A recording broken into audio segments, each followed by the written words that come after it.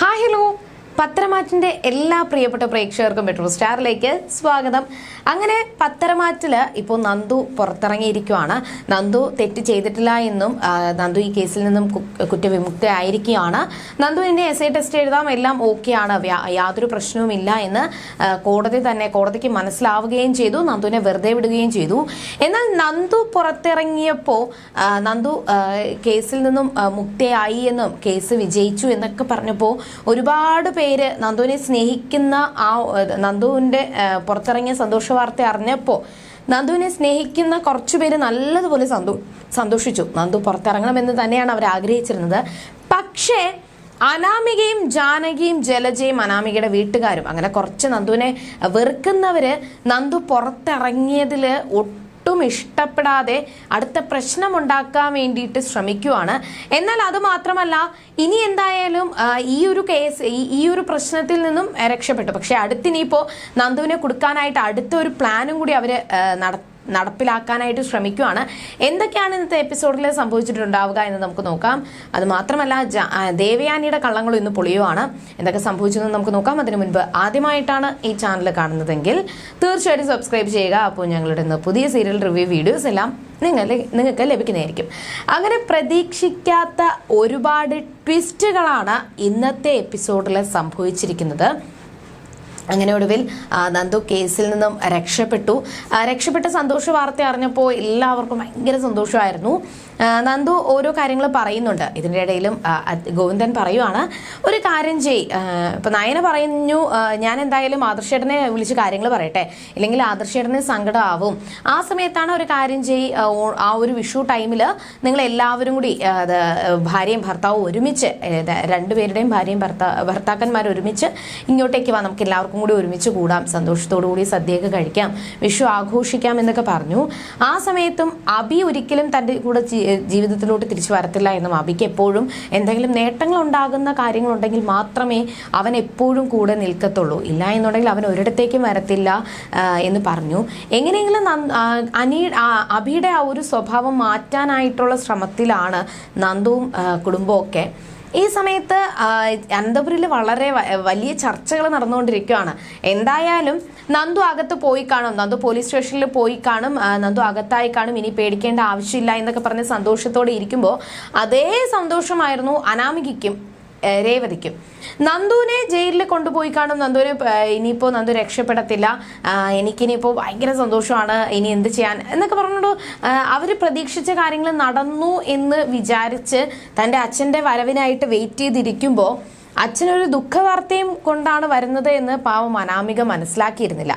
വേണു വന്നതിന് ശേഷം കോടതിയിൽ നടന്ന ഓരോ കാര്യങ്ങളും പറയുകയും കോടതിയിൽ മാരാർ വക്കീലല്ല വാദിച്ചത്, പകരം നന്ദുവിന്റെ കേസ് നന്ദു തന്നെയാണ് വാദിച്ചതെന്നും നന്ദു പറയുന്നത് കേട്ട ഉടനെ തന്നെ ജഡ്ജിക്ക് കാര്യങ്ങളെല്ലാം വ്യക്തമായി. ആ വീഡിയോ കാണിച്ചപ്പോൾ അവർക്ക് കുറച്ചുകൂടി വ്യക്തമായി എന്നും അതുകൊണ്ട് ഉടനെ തന്നെ നന്ദു കേസിലെ കുറ്റക്കാരിയല്ല എന്ന് പറഞ്ഞ് കോടതി വിധി എഴുതി നന്ദുവിന് ഇനി SI സെലക്ഷന് പോകാം, SI ടെസ്റ്റ് ഇനി SI ആയിട്ട് തിരിച്ചു വരാനായിട്ട് സാധിക്കും എന്നൊക്കെ പറയുകയും മാത്രമല്ല ബാക്കിയുള്ളവരെല്ലാവരെയും കേസിൽ കൊടുക്കുകയും ചെയ്തു. അഥവാ നമ്മൾ പറഞ്ഞ ആ പയ്യനും പെൺകുട്ടിയും കൂടി വാ തുറന്നു കഴിഞ്ഞാൽ ഉറപ്പായിട്ടും നമ്മൾ കുടുങ്ങും എന്നാണ് വേണു പറഞ്ഞിരിക്കുന്നത്.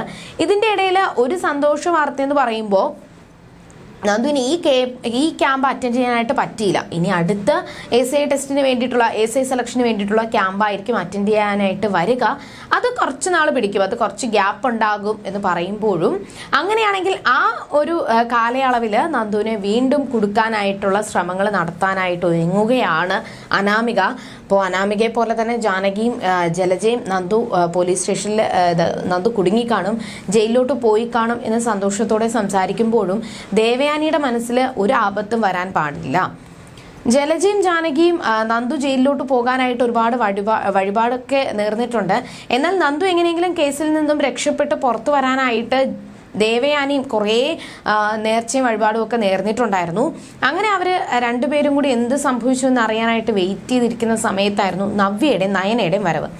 വന്ന പാടെ തന്നെ സങ്കടത്തോടു കൂടി നവ്യ പറഞ്ഞു, നന്ദുവിനെ പുറത്തിറക്കിയില്ല, നന്ദുവിനെ റിമാൻഡ് ചെയ്തു, കുറച്ച് ദിവസത്തേക്ക് നന്ദുവിന് ജയിലിലായിരിക്കുമെന്ന് പറഞ്ഞപ്പോൾ ജലജയും ജാനകിയും ഭയങ്കരമായിട്ട് ആഹ്ലാദിച്ച് സന്തോഷിച്ചപ്പോൾ നയന ശ്രദ്ധിച്ചത് തൻ്റെ അമ്മായിയമ്മയുടെ മുഖത്തേക്കാണ്.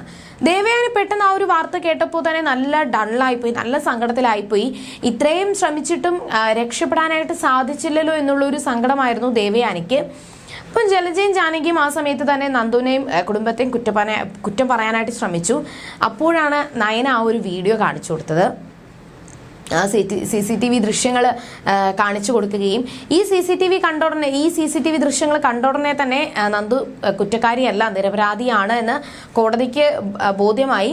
മാത്രമല്ല അവൾ സ്വന്തമായിട്ടാണ് കേസ് വാദിച്ചത് എന്നൊക്കെ കേട്ടപ്പോൾ ദേവയാനിക്ക് ഒരുപാട് സന്തോഷമായിരുന്നു. ജലജയ്ക്കും ജാനകിക്കും വലിയൊരു 8ന്റെ പണി തന്നെ കിട്ടി.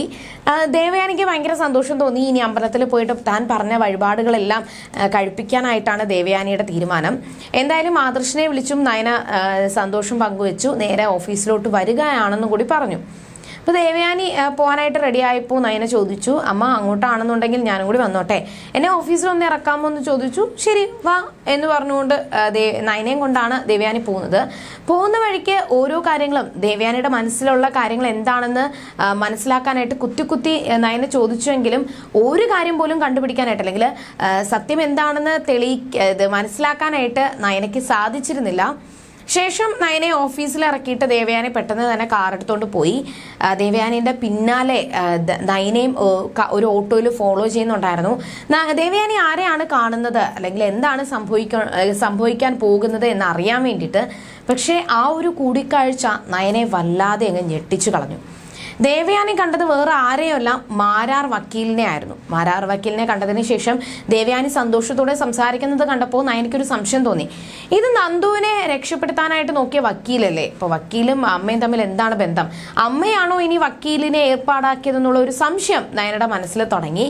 ഇനി ഈ സത്യം കണ്ടുപിടിക്കാനായിട്ടുള്ള യാത്രയിലാണ് നയന. ഇനി സത്യം നയനയ്ക്ക് കണ്ടുപിടിക്കാനായിട്ട് സാധിക്കുമോ? തൻ്റെ അമ്മായിയമ്മ നല്ലൊരാളാണെന്നും അമ്മായിയമ്മ മരുമകളെ സ്നേഹിച്ചു തുടങ്ങിയ കാര്യവും നയന മനസ്സിലാക്കുമോ? അങ്ങനെ മനസ്സിലാക്കി കഴിഞ്ഞാൽ എന്തൊക്കെയായിരിക്കും അനന്തപുരിയിൽ ഇനി സംഭവിക്കാൻ പോകുന്നത് എന്ന് നമുക്ക് വരുന്ന എപ്പിസോഡുകളിൽ കാണാം. അതുവരേക്കും ബൈ.